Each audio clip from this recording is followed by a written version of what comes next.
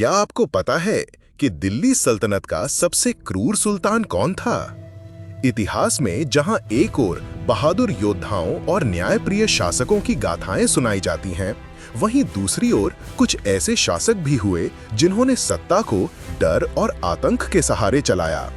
आज हम बात करेंगे उन सुल्तानों की जिन्होंने अपनी नीतियों, अपने निर्णयों और अपने व्यवहार से दिल्ली सल्तनत को कांपने पर मजबूर कर दिया।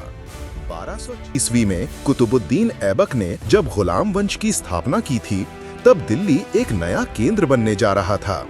इसके बाद एक शासक आते गए, इल्तुतमिश, रजिया सुल्तान, बलबन, लेकिन इन सब के बीच एक नाम है जो बार बार सामने आता है, और वो है अलाउद्दीन खिलजी का। लेकिन क्या वही सबसे क्रूर था या फिर मोहम्मद बिन तुगलक? शुरुआत करते हैं अलाउद्दीन खिलजी से। जब उसने सत्ता संभाली तो सबसे पहले उसने अपने ही ससुर जलालुद्दीन खिलजी की हत्या कर दी। सत्ता के लिए रिश्तों को कुचल देना यही उसका पहला कदम था। उसके बाद शुरू हुई उसकी योजनाओं की झड़ी, बाजार नियंत्रण, मूल्य निर्धारण, अनाज की जब्ती और व्यापारियों पर पहरा। किसी को अगर जरा भी संदेह होता कि वो कालाबाजारी कर रहा है तो उसे मौत की सजा मिलती थी।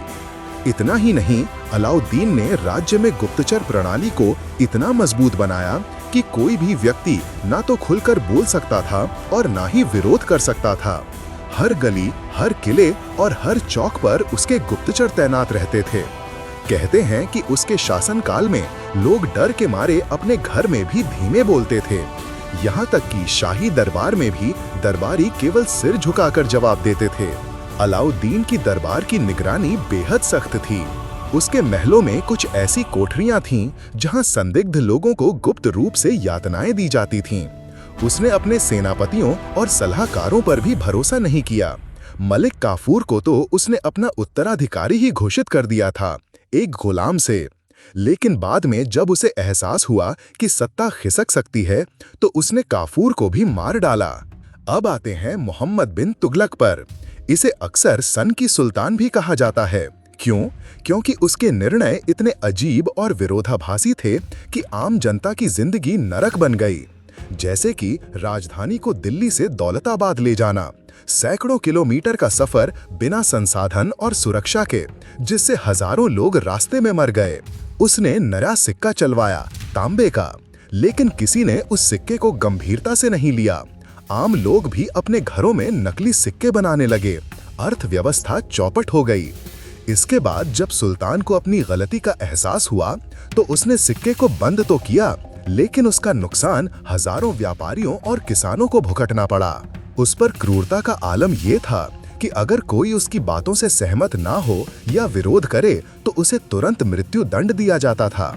उसकी आंखों में हमेशा शक बना रहता था और वो अक्सर अपने ही सलाहकारों और रिश्तेदारों को खत्म करवा देता था।